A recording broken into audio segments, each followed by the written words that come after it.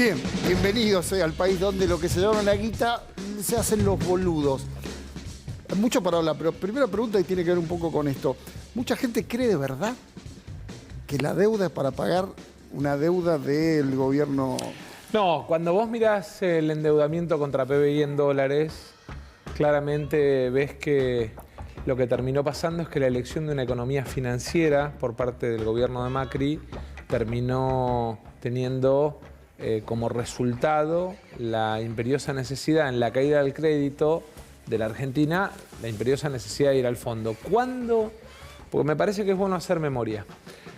¿Cuándo el gobierno de Macri empieza el recorrido que lo lleva al fondo? El 28 de diciembre del 2017, el Día de los Inocentes, cambia las metas presupuestarias porque en definitiva lo que cambia es las previsiones para el año porque se le había empezado a disparar la inflación y porque había perdido la confianza del mercado de crédito.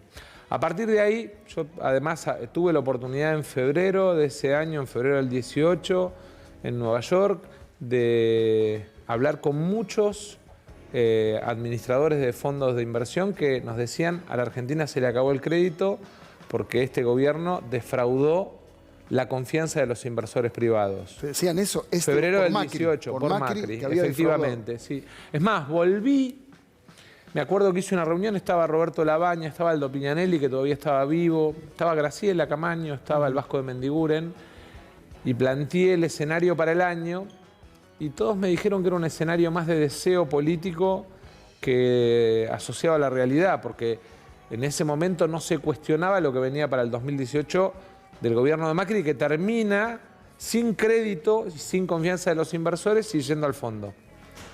Cuando va al fondo, hay una misión, el Vasco lo cuenta siempre en televisión del fondo, donde vienen a la Argentina y le preguntan a varios sectores de la oposición, nos invitan a nosotros a una reunión un sábado a la mañana, nosotros le advertimos que los vencimientos que estaban planteados para el 22 y para el 23 eran impagables para la Argentina en un modelo económico que no preveía el desarrollo, que solo premiaba la especulación financiera, que no tenía previsto cómo desarrollabas al sector de hidrocarburos, que no tenía incentivos para el sector del agro, que no tenía incentivos, al contrario, digamos, acordate que habían vuelto a empezar a poner restricciones que terminaron además con un gobierno que hace cepo y retenciones, que hoy critica, ¿no? Porque en definitiva le fueron apareciendo las restricciones.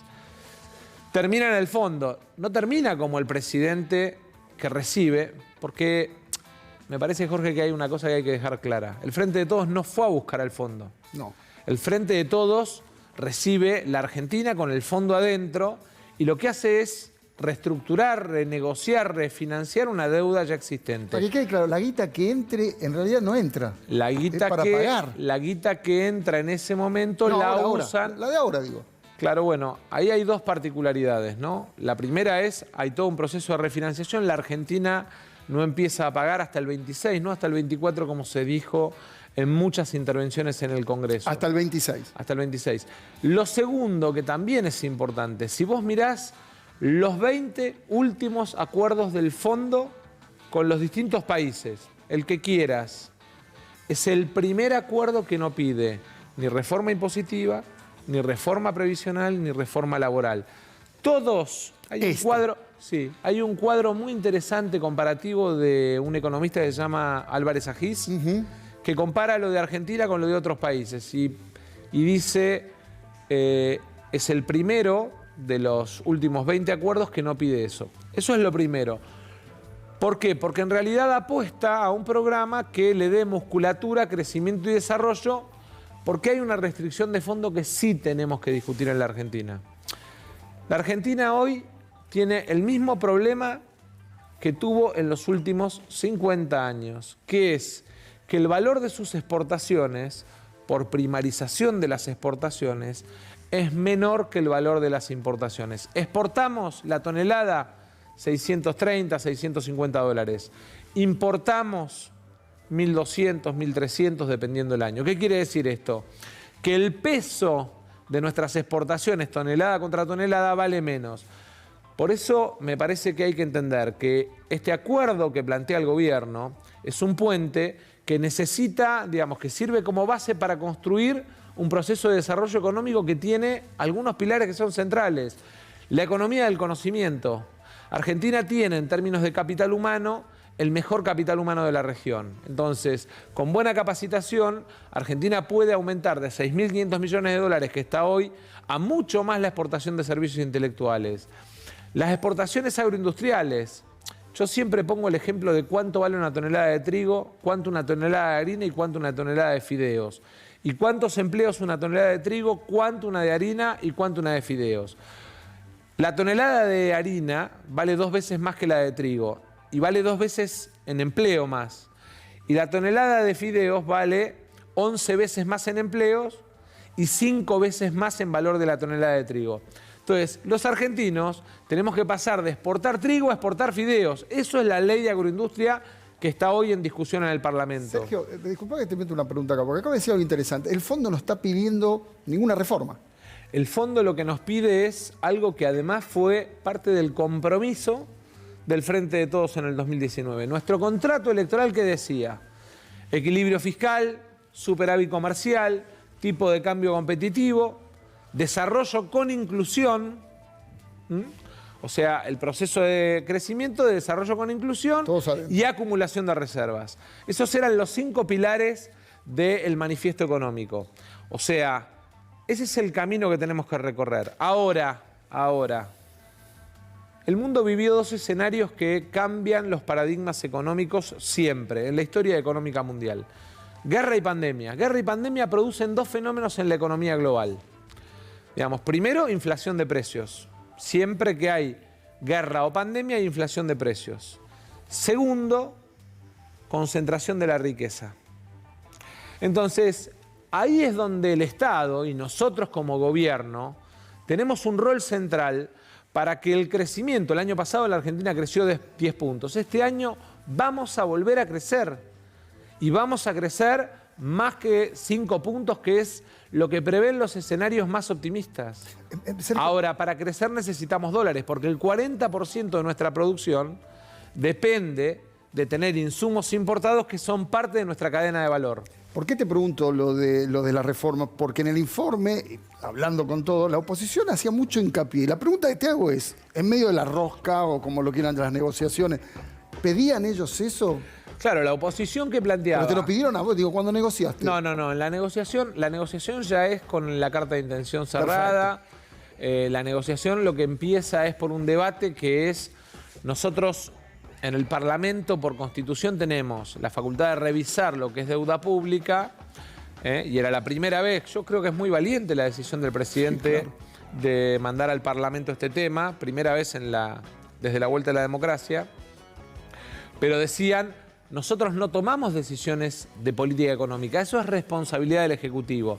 Y tienen razón, me parece que es central entender que nosotros gobernamos y por lo tanto tenemos la responsabilidad de la política económica y que el Congreso, y por eso hubo 202 votos, porque hubo un amplio consenso que tiene que ver con que el Estado devuelve al Parlamento, a uno de los poderes del Estado, el control de deuda. Y me parece que ahí dimos un paso. ¿No viste que no se discutió la República en estos días? No. Yo veía el informe y veía esta cosa guionada de que todos repiten... La bomba. Parecen, digamos, clones que van repitiendo un mismo mensaje, ¿no? Pero nadie habló de la República, porque en realidad hay una cuestión institucional muy fuerte, pero que es devolverle el rol al Congreso del control de deuda. Hay 2 caras, y te lo pregunto. La cara del político que en la pantalla dice la bomba, se va toda la mierda, nosotros no hicimos nada... Yo veía uno de los informes, no voy a decir de quién, porque mi tarea, digamos, también... Sí, tenés que decir el lunes tiene, acá. Claro, mi tarea también tiene de la discreción como parte del trabajo a la hora de generar acuerdos y generar confianza para esos acuerdos, ¿no? Uno de los que aparece en cámara en un informe, en privado, mano a mano, me dijo... No puedo creer el acuerdo que cerraron con el fondo, es increíble. Para bien. Para bien. Pero en pantalla vos lo viste acá, pero en pantalla lo vi acá, no importa. No importa, está bien. Pero, digamos, como elogiando el acuerdo que habíamos cerrado.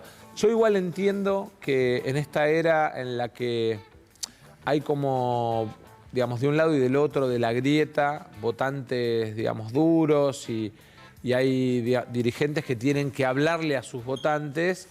Es lógico que por ahí en pantalla, por ahí planteen alguna de esas cosas. Pero yo me quedo con la tranquilidad de saber que no uno que lo viera el informe, sino varios de los dirigentes que se expresan alrededor de estos temas saben y son conscientes de que es un buen acuerdo para la Argentina. Le ganas de saber nombres.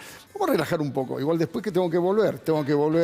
Sí es verdad que en algún momento se pedía impunidad para el expresidente con el tema. No, eso es falso. Nunca nadie me vino a decir, che, tal cosa por esto, por tal cosa. No, nunca jamás. Hubo una... No, eso es falso. Digamos, así como es justo, así como te marco lo de el que en privado me dijo una cosa y en público dice otra, también debo reconocerte que, digamos, la actitud de Gerardo Morales, que yo sé que dentro del Frente de Todos hay sectores que lo reprochan o que tienen, digamos, cuestiones de fondo respecto de cómo lleva adelante su tarea en la provincia de Jujuy. Yo tengo un profundo respeto por el coraje y por la actitud que tuvo a la hora de discutir este tema y de plantear que este era un tema, una cuestión de Estado, como lo charlamos entre nosotros. Digamos, valoro, y nadie puede pensar que tengo una buena relación con Carrió, ni mucho menos, pero valoro... ¿Carrió se portó bien en esta? La coalición cívica en el Parlamento trabajó seriamente y me parece que es bueno, viste, así como uno se pelea y a veces tiene, digamos, amarguras, cuando hay situaciones que reconocer también está bueno. Y de la parte de Juntos más pura, aunque no sea puro, digo... Cristian Ritondo. Sí. Ahora vamos a meter... Después quiero hablar de la oficina de Cristina, lo que pasó, la pelea. Lo vi a los 2 minutos que pasó. Vos estuviste ahí a los 2 minutos. Me cuentan lo que había pasado, me avisan por teléfono y me fui para el Senado. Ahora después vamos a ver, obviamente, un informe sobre. Quiero que me cuentes eso, que me cuentes de Máximo, si lo viste antes, si lo viste después, la actitud, esta interna que se abrió hoy a la tarde entre el gobierno no salió a repudiar lo de Cristina y Aníbal saliendo a responder eso. Pero quiero distender, porque hay algo